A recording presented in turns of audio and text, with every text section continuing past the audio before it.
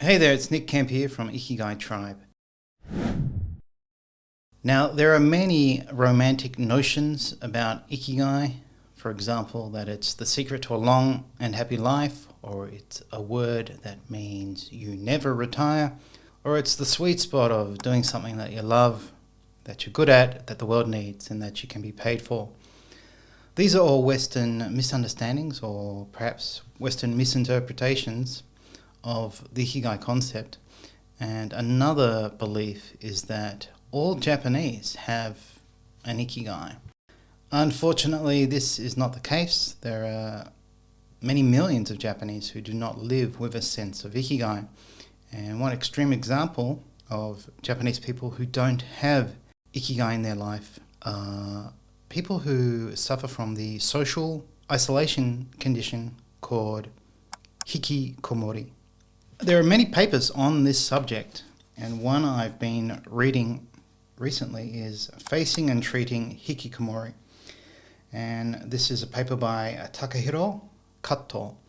And in it he writes that Hikikomori is a form of pathological social withdrawal or social isolation whose essential feature is physical isolation in one's home.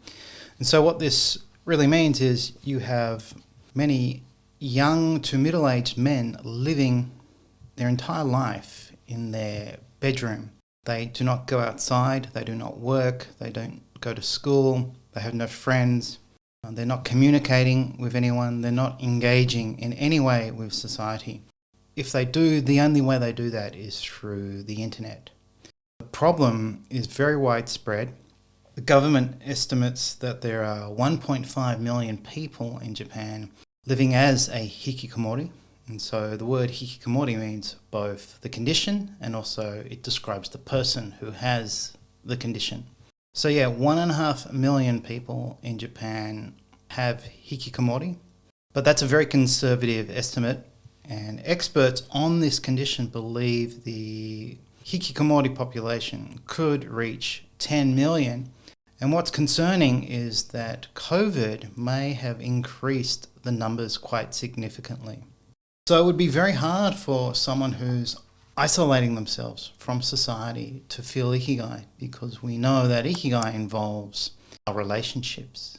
And we know that for Ikigai, you need intimacy, you need to feel needed, and you also want to feel that you're contributing to the lives of others. So there you have it. Unfortunately, not all Japanese live with a sense of Ikigai.